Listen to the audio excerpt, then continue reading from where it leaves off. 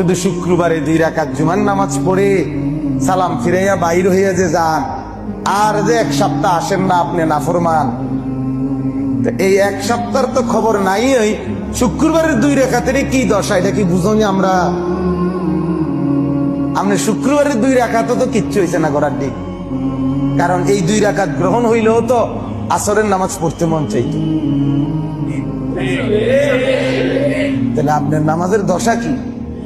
হ্যাঁ, আপনি হাজিরা দেন আইসা আল্লাহকে বুঝান, ঠাট্টা করেন, আল্লাহ মস্কারি করেন, আল্লাহকে সোজা মনে করছেন, বোকা মনে করছেন। নাউযুবিল্লাহ। কি ভাবছেন মিয়া? কি ভাবছেন? কি ভাবছেন? একটা বিল্ডিং এর ঘরে থাকেন, কয়টা টাকা রোজগার করেন, আর এই ফাঙ্গাস তেলাপিয়া ফার্মের মুরগার কক মুরগা দিয়ে ভাত খান, ধনিয়া পাতা, কাঁচা মরিচ, টমাটো, আলুর ভর্তা, এটা দিয়ে নিজেকে খুব বুদ্ধিমান মনে করছেন না? খুব সুখের জিন্দেগি মনে করছেন। বোকার মধ্যে আছেন, বোকার। নাফরমান বোকা থাকে, নাফরমান বেকুব থাকে, নাফরমান অজ্ঞ থাকে, নাফরমান মূর্খ থাকে।